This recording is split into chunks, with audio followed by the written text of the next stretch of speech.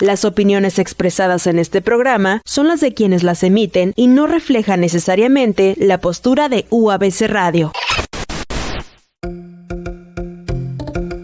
UABC Radio y el Cuerpo Académico del Centro de Estudios China Baja California presentan Diálogos sobre el Mundo. El podcast. Bienvenidos, bienvenidas a Diálogos sobre el Mundo, este espacio de comunicación que compartimos Jorge Galván y yo para hablar de temas internacionales. Jorge, ¿qué tal? Hola André, un saludo a todos nuestros fieles escuchas, un saludo al buen Omar que siempre está aquí en el apoyo. Y pues bueno, vamos a tocar un tema que no queremos dejar pasar, aunque parece ser que la situación empieza, entrecomillado, a normalizarse. Lo cierto es que hay bastante material que analizar, ¿no? Así es, Jorge. Siempre agradecidos con UABC Radio, con Omar, con el jefe Luis por ayudarnos a llevar a cabo estos diálogos sobre el mundo. Revisen la programación de UABC Radio y empecemos, Jorge. ¿Se acerca o no otra crisis financiera global? Esa es la pregunta que vamos a intentar responder hoy. Sí. ¿Qué lecciones dejó la crisis de 2008? ¿Qué podemos aprender? ¿Qué similitudes, qué diferencias existen entre esa crisis y los riesgos que estamos viendo actualmente en términos financieros, económicos, pero también de energéticos, ¿no? De crisis energética que se está mezclando todo. Así que bueno, en 2008, Jorge, el mundo vivió una de las peores crisis económicas y financieras del mundo. Después de la Gran Depresión, ¿verdad? Se comparó con ese evento del siglo pasado, que fue el más importante, el de la Gran Depresión, para el siglo pasado. Una crisis muy fuerte. Y bueno, para 2008 el número de desempleados totales aumentó a 34 millones respecto a 2007, según reporta la Organización Internacional para el Trabajo. O es decir, el desempleo mundial pasó de 178 millones en 2007 a 212 millones en 2009. Fue una afectación importante en términos de empleo, pero hubo muchas personas que perdieron también su vivienda en ese año de 2008, en esos años de 2008-2009, sus ahorros también. Y ahora, 18 años después, vuelven las mismas preguntas a la mesa, Jorge. Los mercados financieros están en máximos históricos, lo acabamos de ver con estas empresas de SpaceX y otras también, Nvidia, ¿no? Se están cotizando muy alto, la inteligencia artificial está atrayendo niveles récord de inversión, el petróleo está aumentando como hace mucho tiempo no aumentaba, las tensiones geopolíticas también. Entonces estamos viendo un panorama complejo que nos hace recordar esos años, pero queremos platicar sobre esas similitudes, esas diferencias. ¿Qué dices, Jorge, para empezar? El interés en hablar sobre ese tema nació precisamente de esta nota que tú señalabas, que fue publicada a manera de una especie de reportaje especial haciendo alusión a las posibles similitudes y sobre todo a los riesgos existentes en la actualidad de que una crisis similar a la del 2008, conocida como la crisis de las hipotecas, pudiera detonar hoy en día.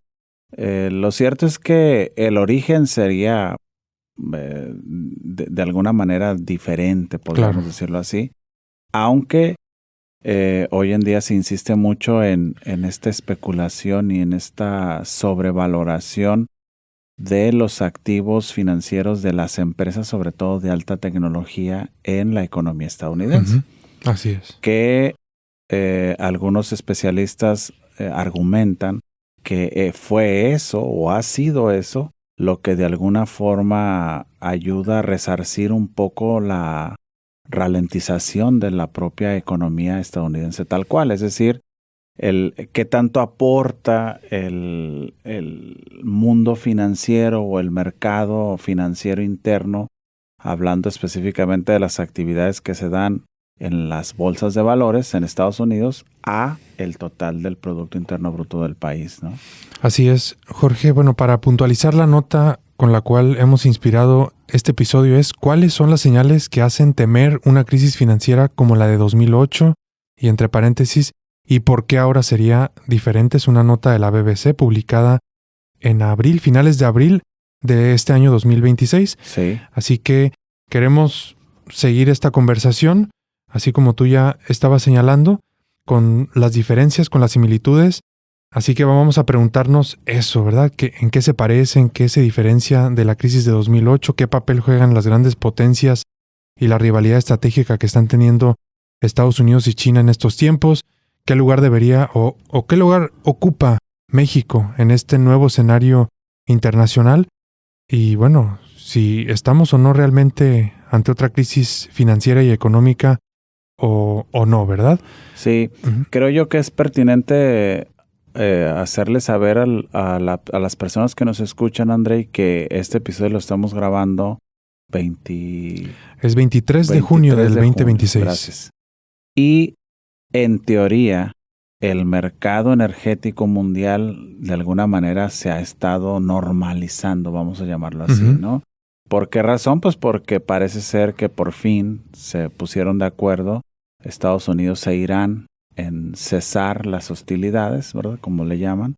Sí. Y empezar a negociar un acuerdo de más largo plazo, lo que sin duda ayuda, por un lado, a levantar la carta de la mesa iraní, que es el bloqueo parcial del estrecho de Hormuz, y eso da como resultado una disminución de los precios internacionales de los energéticos.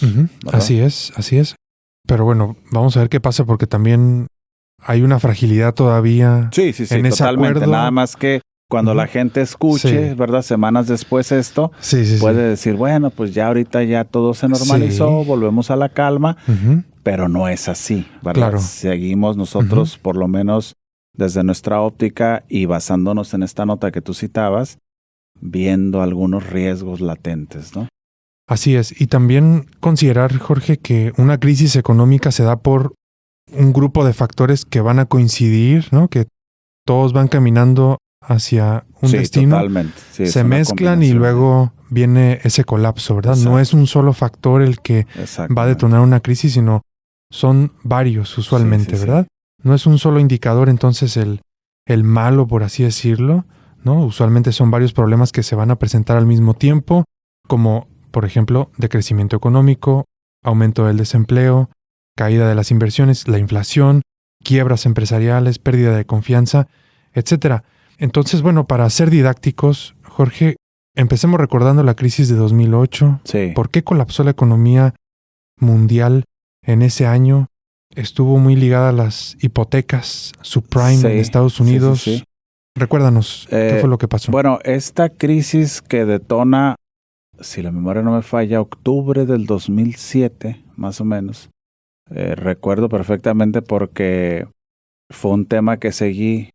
Y bueno, hubo algunos personajes que le dieron un seguimiento muy puntual, incluso uno de ellos, Paul Krugman, publicó posteriormente un libro muy interesante sobre ello.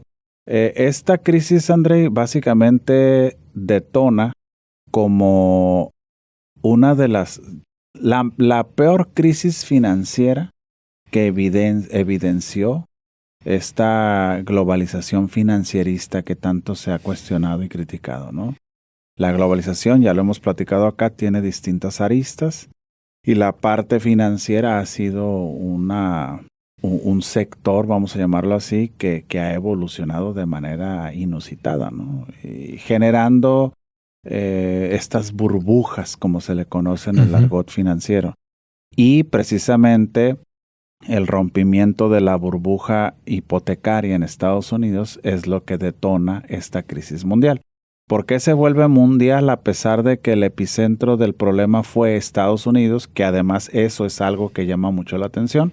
El mundo venía hasta esas fechas, hasta esa época, mejor dicho, padeciendo crisis que normalmente surgían en países en vías de desarrollo, o en otros tiempos llamados economías del tercer mundo, y estos adjetivos calificativos que ya ahorita ya no se utilizan, entre ellos México, por ejemplo. Sí. ¿no? Ya hemos platicado un poquito aquí del aquel efecto tequila de la crisis de finales del 94. Entonces, esta de las hipotecas se da justo en Estados Unidos, pero contagia a diferentes latitudes en el planeta debido a que fue inicialmente una crisis financiera y por lo entrelazados que se encuentran los mercados financieros en el mundo, ¿verdad?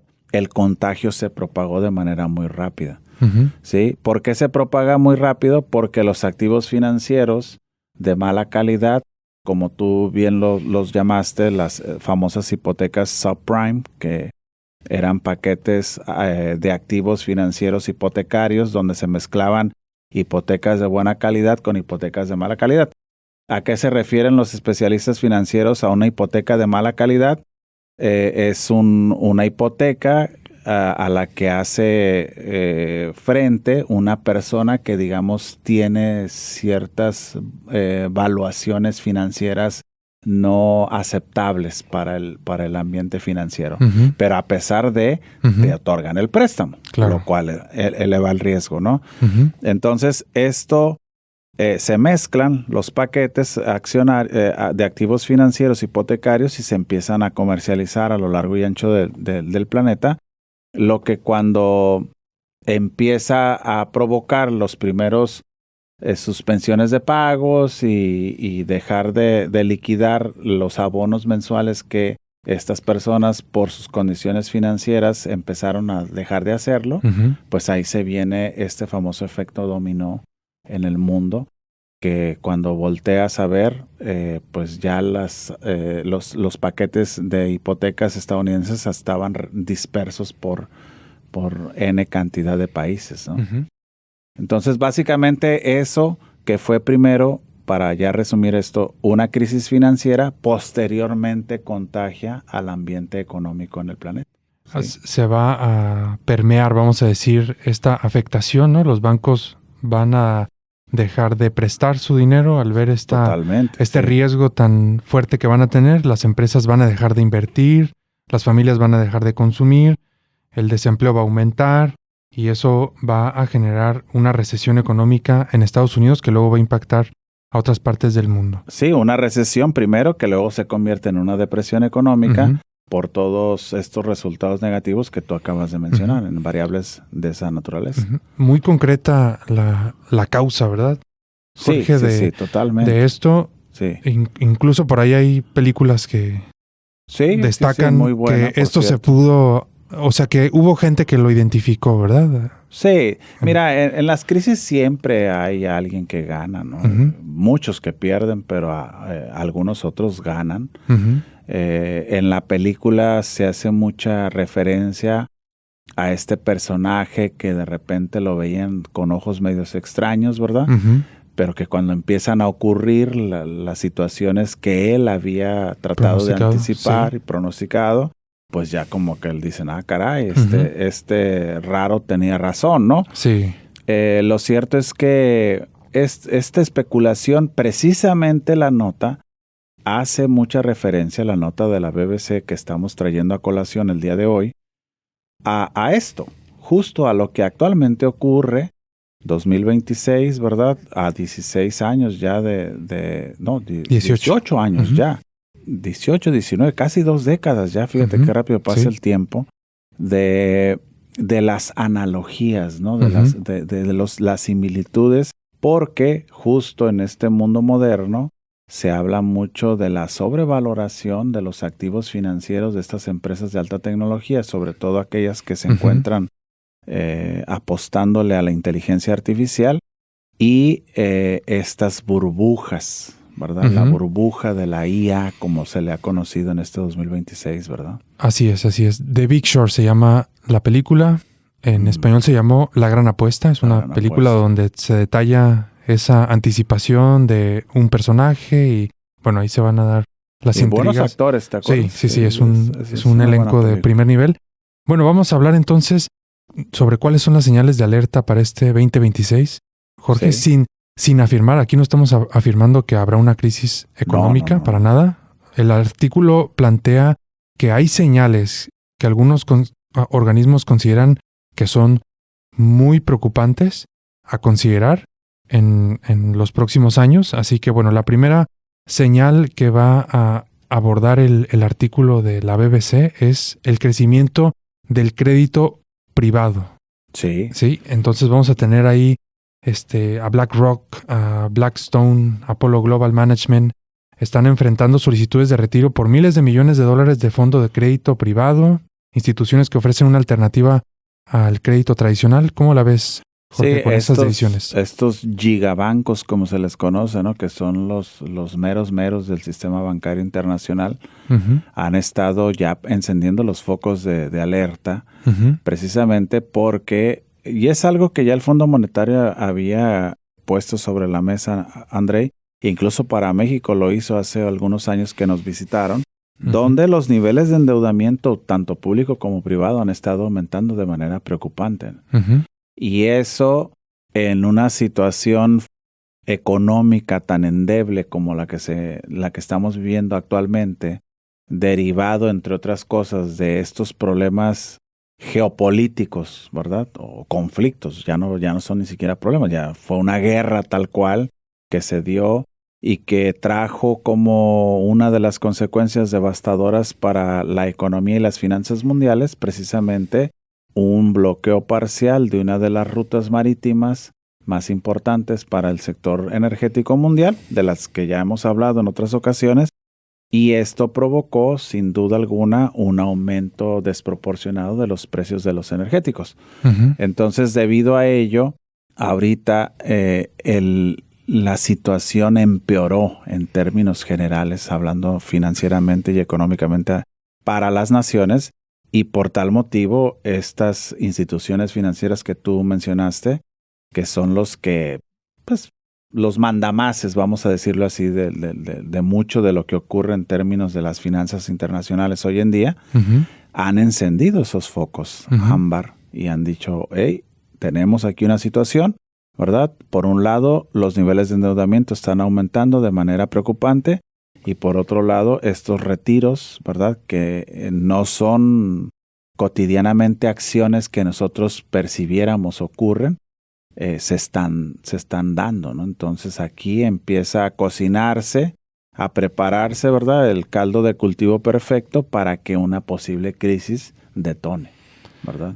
Para entenderte bien, Jorge, se están endeudando más los países, pero al mismo tiempo... Y las empresas. Y las personas. Los tres actores. En general, empresas, personas, familias y gobiernos se están endeudando más que antes. Así es. Pero además, las personas ricas, millonarias, multimillonarias, están retirando su dinero que ponen a préstamo para estos tres actores. Sí, se está reduciendo el volumen de dinero disponible y por lo tanto empieza a escasear, vamos a utilizar esta palabra, el dinero que estos bancos pueden otorgar como préstamo. ¿Qué pasa eso bajo la lógica de la ley de la oferta y la demanda? Pues que el costo del dinero prestado va a aumentar. Claro, totalmente. ¿Verdad? Totalmente. Bueno, es un tema, sí, es como un asunto preocupante, parece como el ojo del huracán, ¿no? Así viéndolo desde lejos. Sí, exactamente, ¿no? Sí, que empiezan muchas cosas a girar en torno a él. Sí. Y que esto lo ves venir, ¿verdad? Y como que de repente se empieza a nublar el cielo y empieza a cambiar el clima y dices tú, caray, algo aquí puede ocurrir. Así es, sí. Y uno se hace la pregunta de por qué si 2008, 2009 nos deja como humanidad, como economía mundial, lecciones, ¿no? Debió dejarnos... La humanidad no aprende de la... Debió habernos dejado un grupo de lecciones sobre este tipo de decisiones financieras para estos tres actores, quienes prestan, y parece que no, ¿verdad? No se aprendieron adecuadamente. No. Mira, una manera muy burda, diríamos así, bueno, utilizo esta palabra, ¿no? De generar riqueza en este mundo financierista en el que vivimos, pues es precisamente con estas especulaciones, ¿no? Eso es. Entonces, tú ahorita, que es un tema que por ahí discutía con una colega hace unos días, ¿no? De este primer billonario en la historia del planeta, ¿no? O trillonario, hablando en anglosajón, pues es el reflejo precisamente de todo esto que estamos hablando, en resumidas cuentas, ¿no? Como la insistencia de virar las economías de actividades tradicionales, André, que cuando tú y yo éramos estudiantes, los profes nos decían, ¿no? Pues es que las fábricas, las empresas, la maquinaria, el equipo, pues todo eso tradicional está siendo reemplazado por todo esto otro intangible totalmente, ¿verdad? Que es especular sobre ahorita cuesta tanto este activo y mañana va a costar esto otro, o va a tener el precio bajito y luego va a subir y ahí ya voy a incrementar mi riqueza y precisamente todo este juego hasta maquiavélico muchas de las veces termina por volver las economías de los países mucho más sensibles y vulnerables, creo yo, a la ocurrencia de las crisis tanto financieras como económicas, ¿no? Hacías alusión a Elon Musk, ¿verdad? Como trillonario, por las acciones de su empresa SpaceX que ocurrieron hace unas semanas. Sí, sacó a cotizar en bolsa, ¿verdad? Un paquete importante. Obviamente tanteando el mercado, él sabía que en cuanto las colocaran, el precio de las mismas se iba a ir a los cielos. ¿Por qué razón? Pues porque había un cúmulo de inversores que estaban ávidos de tener una partecita de esa empresa como tal, ¿no? Ya. Eso Así es. Bueno, sí, una empresa que promete ir a Marte, ¿no? Colonizar Marte, ¿no? Colonizar, hacer viajes turísticos. Que ya le han reducido, ¿no? Sí. Ya el discurso va cambiando porque... Así es. Y ahí está esta parte de la especulación también, ¿no? De que no es algo tangible, al menos no en los próximos 5 años. No lo sé si tengan esa capacidad para ir y pues bueno, los hacer cohetes viajes se les turísticos. siguen explotando antes de salir de la estratosfera. Así Entonces es. dices tú, bueno, todo esto es literal especular. Claro, sí. Que es lo mismo que ocurre con la inteligencia artificial, ¿no? Ya estas grandes empresas, ¿verdad? Nos han prometido un montón de cosas, que lo cierto es que ahorita, a estas alturas del partido, pues no se ha logrado. Es más, son empresas o negocios, ¿verdad?, que están generando grandes cantidades de pérdidas, pero aún así la gente sigue apostando a ellas, ¿no? Así es. Sí, bueno, ya llegaremos a ese punto de la inteligencia artificial. Jorge, pasemos al siguiente, que es sobre energía, geopolítica. Ya decíamos al principio que las grandes crisis económicas rara vez o la causa de ellas es una sola cosa, son un grupo de factores, no solamente problemas financieros, sino otros que se van a sumar y el energético es uno de ellos, ¿no? En los 70s hubo una crisis económica porque los países de la Organización de Países Exportadores de Petróleo decidieron jugar con los precios para establecer un embargo a Israel y otros países que lo apoyaban. Entonces el precio del petróleo se va a cuadruplicar y eso va a generar también afectaciones económicas muy fuertes. Y bueno, también en 2008 los precios del barril de petróleo aumentaron de manera significativa. La demanda mundial y también tensiones con Irán que había en ese momento presionaron la inflación y la crisis que ya se estaba viviendo por esas causas que ya hemos explicado. No fue la causa principal el energético en 2008-2009, pero sí vino a agravar. Así es. Y bueno, mencionaste Irán. Sí. Fíjate cómo la historia se repite, ¿no? Sí, así es la historia, ¿no? Hace rimas, sí, es a veces un ciclo ahí. Años después, de nuevo Irán, de nuevo Estados Unidos. Bueno, veamos 2026. Es o no la tormenta perfecta que estábamos viendo ahorita, el ojo del huracán. Entonces, está el riesgo financiero por esto que hemos señalado ya, que en términos de préstamos, entre otros. Entonces, hay un riesgo energético por el conflicto con Irán que en este momento parecía que había llegado a un acuerdo, aunque según lo que yo estaba viendo hace algunas horas, parece que no, ¿verdad? Es un acuerdo con pincitas, ¿no? Así es. Como decimos coloquialmente. Muy frágil y creo que ya volvieron a cerrar el estrecho de Hormuz. Habrá estado abierto algunas horas, días, nada más. Sí. Muy poco porque pues, los ataques del gobierno israelí en contra de la población del Líbano, pues continúan. Entonces, por las condiciones que inicialmente el gobierno de Irán puso sobre la mesa para poder llegar a un acuerdo de cese de hostilidades con Estados Unidos y reabrir totalmente el estrecho de Hormuz, era pues que Israel deje de bombardear el Líbano, cosa que no ha sucedido. Así es, y por eso, decidieron volver a cerrar el estrecho de Hormuz. Eso tiene implicaciones en el costo del barril de petróleo, está por encima de los $100, y luego eso afecta a la economía en general, porque todo lo que se mueva, implique transporte, necesite estos energéticos tradicionales, se va a ver afectado. Además de lo que ya habíamos comentado en episodios pasados, de que en estos países también son grandes exportadores de precursores químicos para la industria agrícola, y eso también va a afectar un sector clave para la alimentación del mundo. Entonces, se están ahí acomodando algunas cosas de manera negativa para la economía. Y también hay riesgos geopolíticos. Sigue la rivalidad entre Estados Unidos y China, más allá de que se hayan reunido y que parece que todo fue positivo para esa reunión. Y los acuerdos económicos que lograron estos grandes empresarios allá, las tensiones y la confrontación estratégica continúa. Hay guerra en Europa, en Medio Oriente, y la cooperación internacional también está bajando. Entonces, el entorno geopolítico es complicado, los energéticos siguen muy con pincitas también, como decíamos. Y hay otro factor también que ya adelantabas, Jorge, y del cual estoy seguro que quieres comentar, que es la inteligencia artificial y una posible burbuja para las empresas que lideran este sector. ¿Qué nos quieres decir? Sí. Bueno, el término de burbujas, Andrei, es un término que se utiliza mucho en el ambiente de las finanzas, sobre todo del manejo de los mercados bursátiles, ¿no? De lo que conocemos coloquialmente como bolsas de valores. ¿Por qué se hace referencia a burbujas? Porque la burbuja como tal, pues sabemos todos, ¿no? Fuimos niños alguna vez y nos gustaba mucho jugar con burbujas.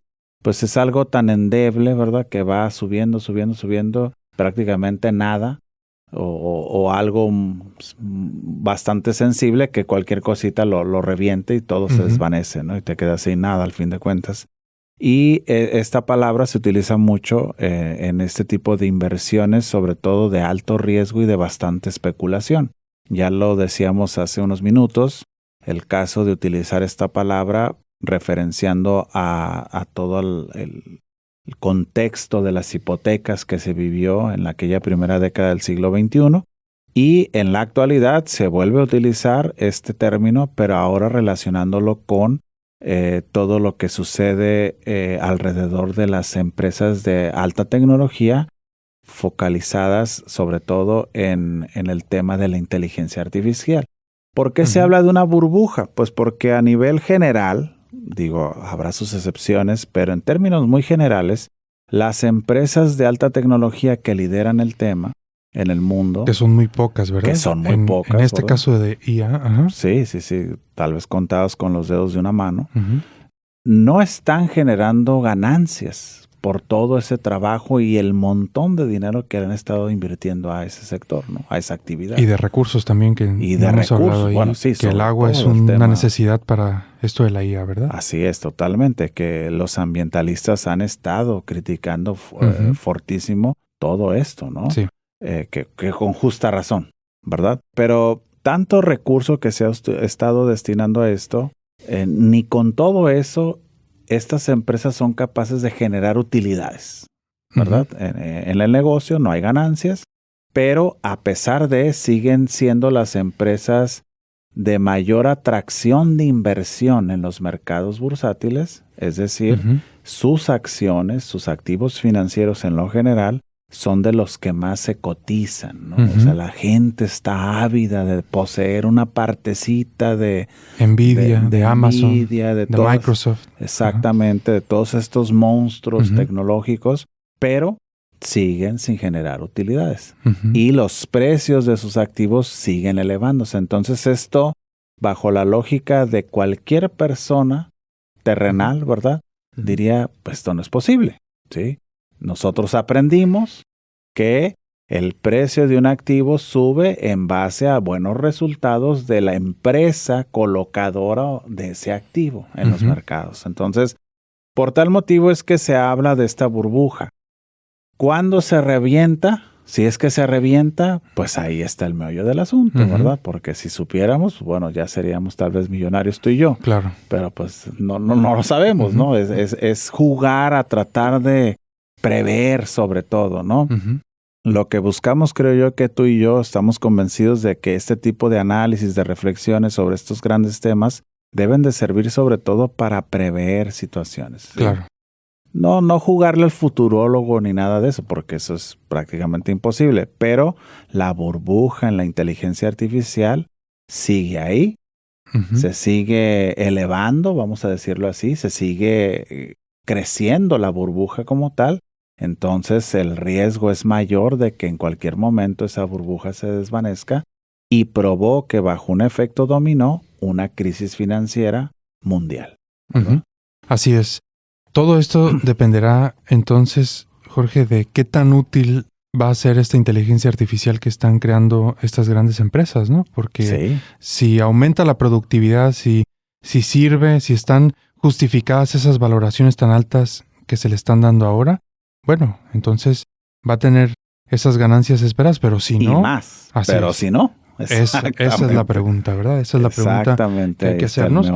Bueno, hagamos entonces esta comparativa. ¿Por qué son tan diferentes estas crisis comparado 2008 y 2026? ¿Qué tenemos de diferencias? Jorge, ¿tú qué estás viendo? Bueno, entonces, de entrada, en la actualidad, la crisis mundial que atravesamos, si lo podemos llamar así, aunque hay actores políticos como el propio presidente de Estados Unidos que dice que pues, no hay una crisis, que eso es un invento de los demócratas, y bueno, a su estilo, ¿no? Sí.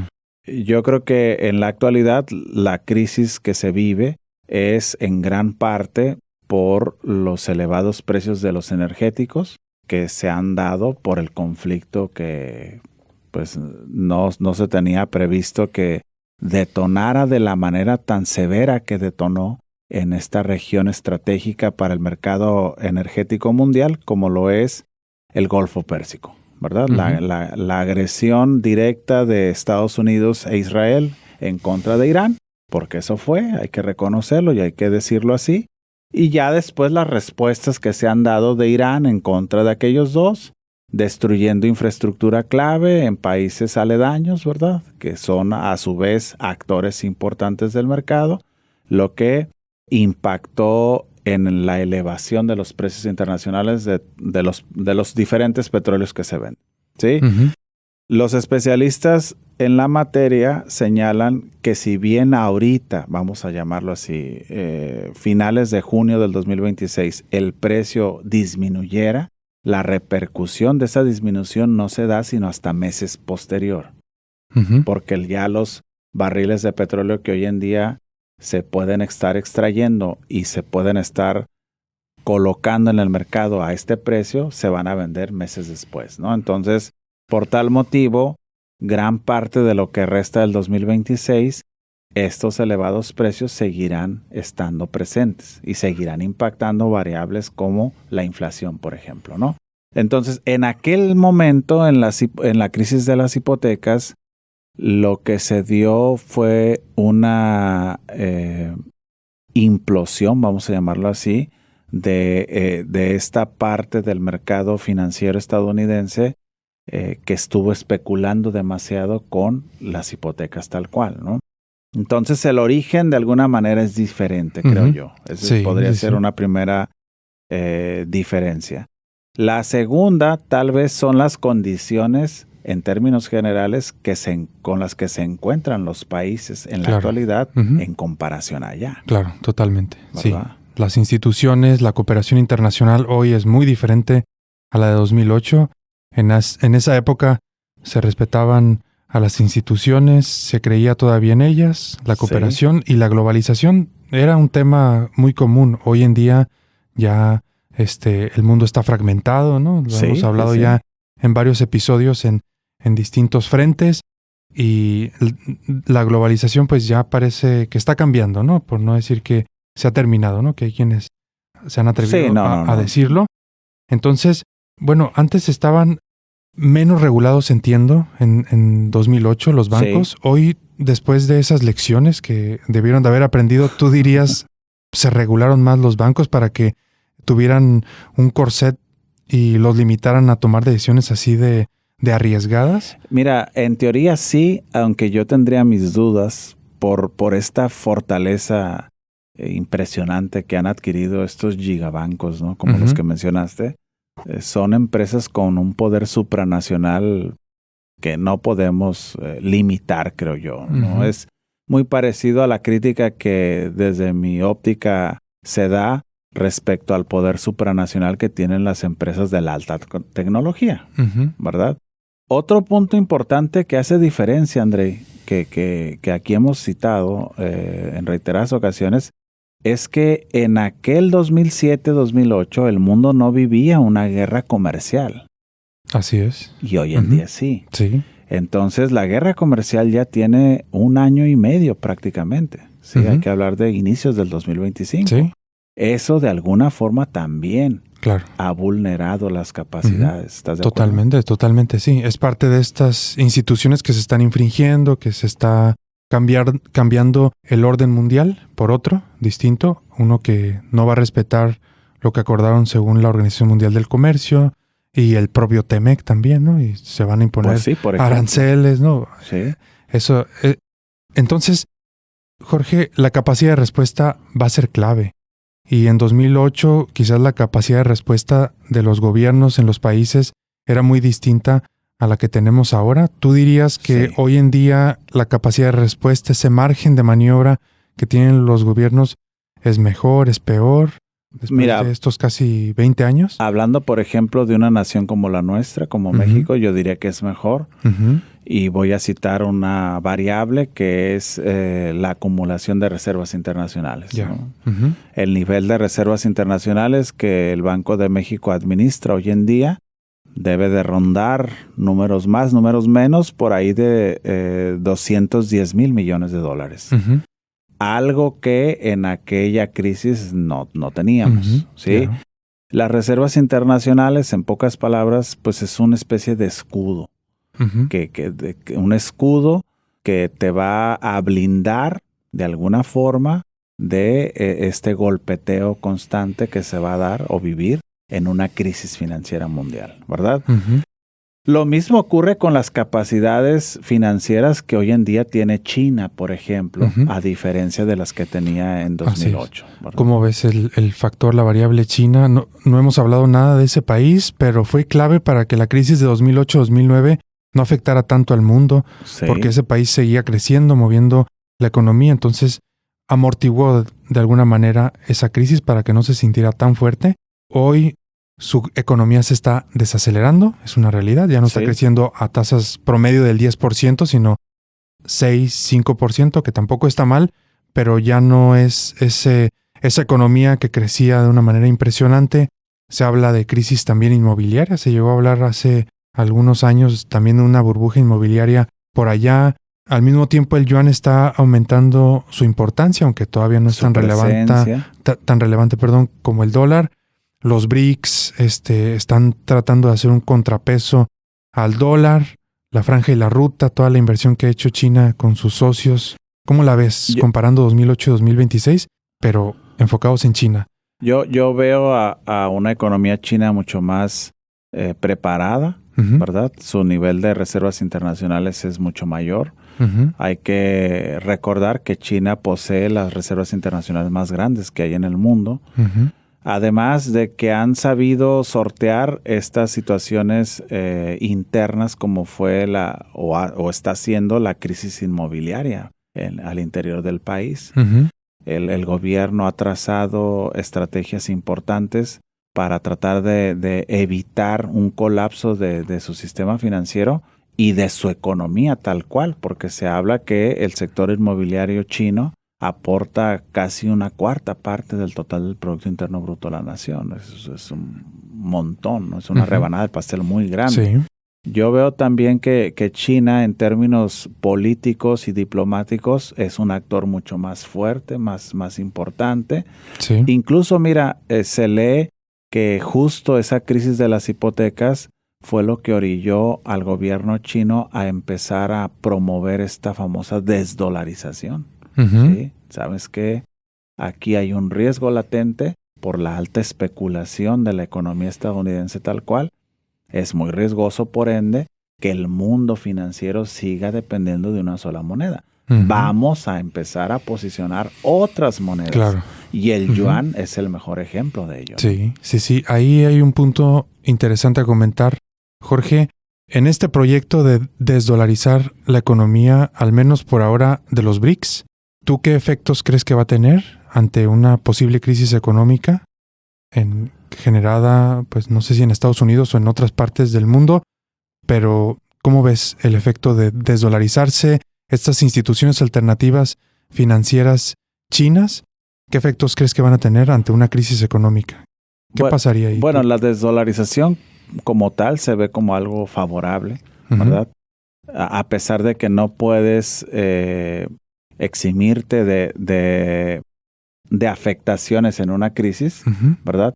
Disminuyes el impacto, ¿verdad? Si tú estás utilizando monedas como la rupia, el rublo, el yuan, etcétera, ¿no? Estas monedas de economías importantes hoy en día, al desprenderte un poco y disminuir el volumen de actividades hechas o tasadas en dólares, eso de alguna forma aminora el impacto. ¿Sí? Y por otro lado, yo veo que las capacidades de las instituciones alternativas que los BRICS han tratado de promover, que básicamente es este nuevo Banco de Desarrollo de los BRICS, todavía son muy limitadas. Ahí lamentablemente no sé qué tanto pudieran hacerle frente a manera de prestamista de última instancia para los países miembros del grupo en una posible nueva crisis financiera mundial, como sí lo es el Fondo Monetario Internacional. Ahí todavía tengo mis reservas en cuanto a las capacidades financieras de este banco, que seguramente a manera de irse preparando para lo que viene, deben de estar trabajando en fortalecer sus capacidades, ¿no? Y para México, Jorge, ¿qué papel consideras que tendría que hacer México ante esta incertidumbre que está apareciendo, pero que el panorama es complicada? Dinos. México ha sido muy inteligente, creo yo. Digo, suena medio contradictorio lo que voy a decir, o es contradictorio, pero México, a pesar de que su nivel de endeudamiento ha ido aumentando, André, México ha transitado a colocar endeudamiento, pero en pesos mexicanos, ya no tanto en dólares estadounidenses. Lo que durante mucho tiempo eso nos costó un montón. ¿Por qué razón? Porque a la primera sacudida el tipo de cambio se disparaba y entonces tu endeudamiento pues crecía de manera inusitada. Claro. ¿Verdad? Hoy en día, bueno, de unos años para acá, mejor dicho, el Banco de México, la Secretaría de Hacienda, a manera de estrategia, han estado invirtiendo los pesos del endeudamiento. Es decir, hoy en día se tiene un mayor endeudamiento en pesos mexicanos que en dólares estadounidenses. Lo que te ayuda a evitar un impacto más fuerte en una posible crisis. Y por otro lado, la estrategia de la acumulación de reservas internacionales ha sido bastante positiva, creo yo. Tan es así que a pesar de la crisis energética de este 2026, el tipo de cambio sigue siendo bastante estable. Así es. Entonces, las decisiones macroeconómicas, vamos a decir, hasta ahora para México han sido correctas ante este panorama tan complicado. Bueno, estamos ya cerrando este episodio. Jorge, como hemos visto, pues las crisis económicas no son iguales, no son copia y pega. Sus factores son distintos. Las causas van a ser muy diferentes, pero siempre van a aparecer señales, ¿no? Que nos van indicando que la cosa se está poniendo complicada y por lo tanto la incertidumbre aumenta y los problemas comienzan a concentrarse en ese ojo del huracán que luego ya se convierte en un problemón. Pues hoy estamos viendo un montón de problemas aislados que posiblemente se vayan a unir en un momento y eso tenga afectaciones muy fuertes para la economía del mundo y para México en particular. Sin duda. Así que muchas gracias por contarnos todo esto, que tú sabes mucho de estos temas, y agradecidos otra vez con la audiencia, que nos dejen sus comentarios, preguntas, críticas, bienvenidas. Jorge. Bueno, un saludo a todos y a todas. Hasta pronto. Nos vemos. Diálogos sobre el mundo, el podcast. Una colaboración entre UABC Radio y el Cuerpo Académico del Centro de Estudios China Baja California. Disponible en Mixcloud, YouTube y Spotify.